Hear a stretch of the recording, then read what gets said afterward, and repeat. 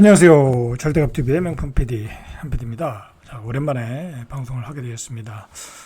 너무나 중요한 이슈가 있어가지고 방송을 하게 됐습니다. 자, 오늘 하고 싶은 얘기는 뭐냐면 지금 2030의 분노가 폭발하고 있다. 뭐 그런 주제를 가지고 좀 이야기를 해볼까 해요. 부동산과 관련져서 이야기를 해보겠습니다. 부동산과 주식, 뭐 그 밖에 좀 정치적인 이야기도 조금 들어갈 수밖에 없어요. 왜냐면 지금 2030이 분노를 표출하는 것은 어떻게 보면 더불어민주당에 대해서 분노를 표출하는 거예요. 보수화되었다라는 거잖아요. 그런 점에서 정치적 이야기도 좀 할 수밖에 없다는 거 좀 이해해 주시기 바랍니다. 일제 정치적 편견 없이 이야기하는 거예요. 저는 좌도 우도 아니고 지금 일어나는 상황에 대해서 이야기를 해보겠습니다. 지금요, 사실 이번에 서울시장이 오세훈 후보가 결정이 됐잖아요. 그 결정적으로 오세훈 후보가 될 수 있었던 것은 20대, 30대 남녀 구분 없이 그들의 표가 많이 쏠렸다 그거잖아요. 그런데 그들이 왜 뭐랄까요, 오세훈 후보를 찍었느냐, 보수를 찍었느냐죠. 오세훈 후보를 찍었느냐가 아니라 보수를 찍었느냐라는 거잖아요. 그 부분 때문에 사실 지금 더불어민주당은 굉장히 고민이 많아졌어요. 지금 계속 유튜브에서 정치평론가 아니면 더불어민주당의 위원들 그런 분들이 이제 방송 나와서 이야기하는데 굉장히 고민이 깊어졌어요. 왜냐하면 과거 한 7, 8년, 5, 6년 전만 해도 2030은 당연히 진보였죠. 그죠? 젊으니까 진보적 사고를 갖는 거잖아요. 그런데 그 2030이 보수화되었다라는 거잖아요. 자, 이게 왜 심각하냐면 그 보수화가 예전, 그러니까 그 바로 우리 직전 선거 있죠. 아니, 윤석열 대통령 탄핵 때부터 조금 그런 징후가 나타났잖아요.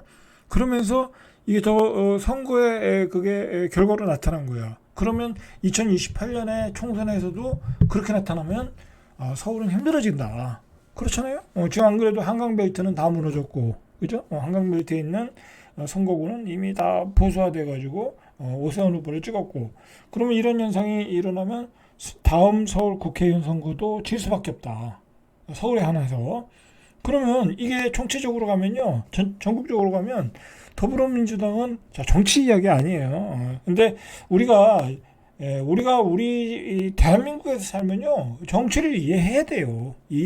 이해하자는 입장에서 여러분들한테 이야기를 하는 거예요. 이해를 해야 여러분들이 미래가 보이고 경제가 보이고, 경제와 미래가 보여야 주식 투자를 할 수 있는 거예요.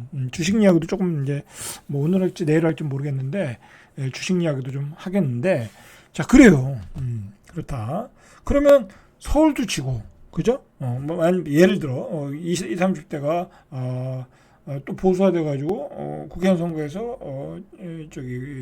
보수를 찍으면 서울도 지고, 그러면 대구는 어림도 없고, 그다음에 부산도 당연히 지금 보수가 강세인 지역이잖아요. 이번에는 여당의 후보가 당선이 됐지만 그건 좀 특수한 상황이잖아요. 그 해수부를 내려보내면서 그걸 가지고 이제 표를 조금 모은 경향이 있었잖아요. 근데 국회의원 선거는 다르잖아요. 그죠? 예전에 거기 전재수 의원 서울 북구 간만 빼고는 전부 다 야당이 됐잖아요. 국민의힘이. 그러면 이제 이번에 북구갑도 한동훈 후보가 됐으니까 전부 다 가져가고, 그러면 잘못하면은 여소야대가 될 수 있는 거예요. 그죠? 잘못하면, 잘못하면. 아니, 지방에야, 소도시, 지방, 군단이, 읍이야, 어르신들 많이 사시는 데는, 보수가 될 수밖에 없고, 그럼 남은 데가 어디야? 전라도는 역시 민주당이 표밭이고, 경상도는 국민의힘이 표밭이고, 그러면 서울도 그러면 유일하게 이길 수 있는 데는 경기도는 지금 당연히 이제 지금 여당이 강세이고, 강원도는 또 보수잖아요. 그러면 나머지 충청도밖에 없는데 결국은 캐스팅 보드는 또 충청도가 되는 거야. 근데 충청도는요, 오락가락해요. 야당 같다 여당. 저는 지난번 선거에서 윤석열 후보를 밀어줬잖아요. 그때는 그죠? 밀어줬잖아요. 윤석열 후보를. 그리고 광역단체장 선거에서도 국민의힘의 후보를 밀어줬고 충청 그 도지사도 김태형 후보가 됐었고. 그런데 이번에는 또 반대로 됐잖아. 이재명 그 민주당의 후보들을 다 찍어줬고. 그러나 이 분위기가 이렇게 또 간다고 하면 2030이 또 뭉치고 또 분위기가 자꾸 이 민주당 입장에서 어떤 정책 노선에 뚜렷한 장점이 없다고 생각하면 이 충청도 민심도 돌아설 수밖에 없는 거예요. 그리고 특히 세종 같은 데가 어떻게 보면 충청도 민심의 어떤 코어 지역이잖아요. 근데 세종도 요즘 분위기가 안 좋잖아요. 뭐 이번엔 더불어민주당 뽑아졌지만 분위기 안 좋아요. 왜냐면 해수부 옮겨갔죠. 뭐 그다음에 충청도에 뭐 내려보낸 게 뭐가 있어요. 그리고 행정 수도는 관심도 없잖아요. 자, 오늘 이야기 중에 하나, 그러니까 핵심 중에 하나가 그건데 그 행정 수도에 관한 하는요. 노무현 대통령이 시작을 했고, 그 다음에 노무현 대통령이 완강하게 밀어붙이다가 그게 이제 관습법 때문에 안 된 거잖아요. 그 다음에 문재인 대통령도 굉장히 공헌을 했어요. 노무현 정신을 이어받아 한다고 했기 때문에. 그래서 행정부도 내려보내고 과학기술부도 내려보내고 뭐 국회도 이전하는 걸 스타트 끊었고, 그렇게 해서 문재인 정부도 추진을 했어요. 그런데 그 중간에 다음에 이제 윤석열 정부가 들어오면서 윤석열 정부는 하나도 관심 없었고, 그냥 그 사람은 술만 마셨잖아요. 술만. 관심이 없었고, 그 다음에 이재명 정부 들어서요. 한 게 없어요. 오히려 서울에 이 세종에 있던 해수부를 부산으로 이전해 갔어. 부산 표를 얻으려고. 그죠? 그런 것 때문에 얻어간 거 아니에요. 그 다음에 여기 해수부 관련 또 공공기관도 이전하겠다고 그래. 그러니까 이재명 정부도 관심이 없어요. 이재명 정부의 문제점이 뭐냐면, 얘기할 수밖에 없어. 2030하고도 관련이 있는 걸까? 서울 수도권에 집중하는 정책이야.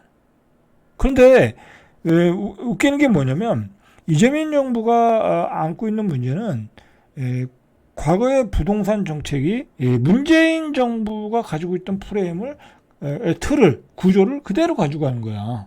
그죠? 뭐랄까요? 공공주택.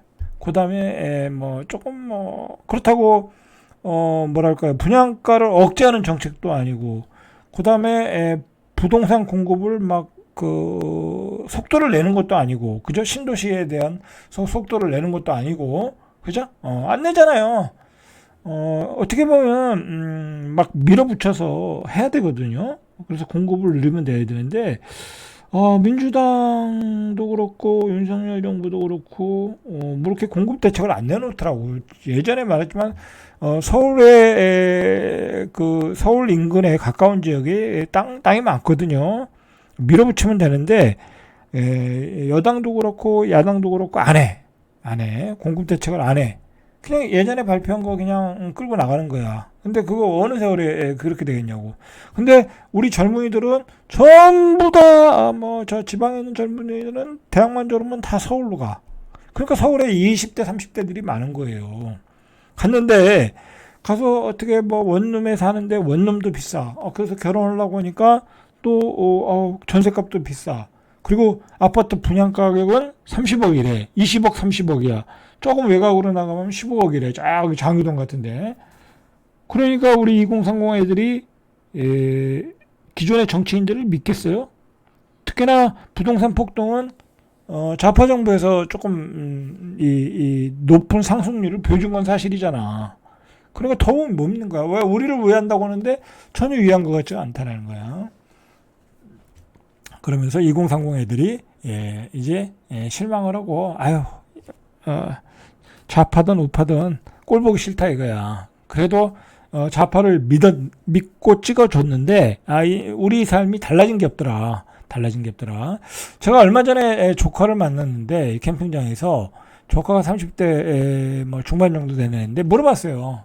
너 친구들의 정치적 성향이 어떻게 되냐 했더니 7대3이라는 거야. 7대3. 보수가 7, 다 그 뭐 돈도 없어 결혼도 못하는 친구들이야. 3 진보가 3 그렇다는 거야. 그러니까 이게 민심 위반되는 거야. 그래서 지금 민주당 입장에서는요 고민이 많아졌어요. 고민이 많아졌어요. 이거 어떻게 하지? 그러면 기존의 정책대로 그러니까 지금 이제 이러지도 못하고 저러지도 못한 정책을 가고 있거든요. 중도를 포용을 내다가 그러니까 야 이거 과거에 정책 그렇다고 뭐랄까요 막 규제 풀어주고 토지거래 풀어주고 그다음에 뭐 전세자도 활성화하고 대출 많이 해주고 우파처럼 할 수가 없어.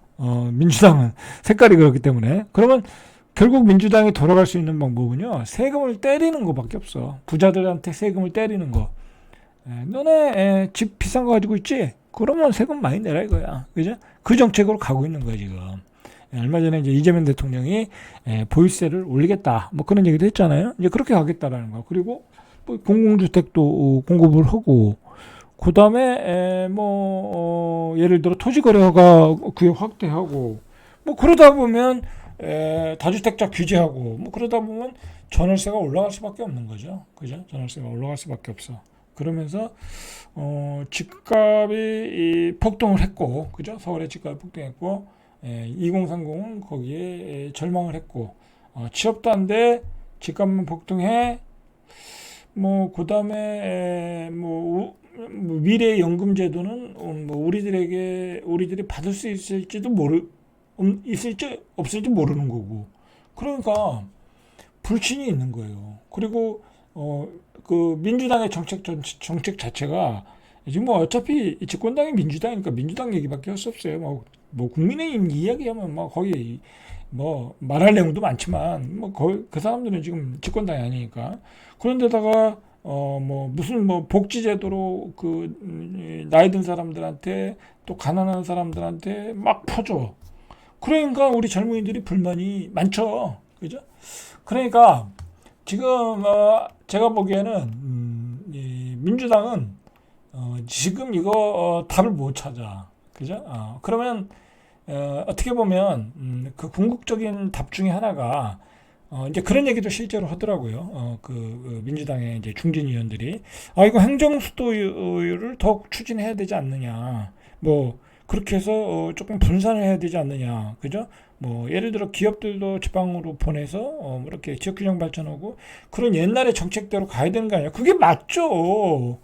그 서울을 그러니까 이게 문제가 뭐냐면 민주당 입장에서는 서울의 표를 의식을 해서 안 하는 거야. 분산을.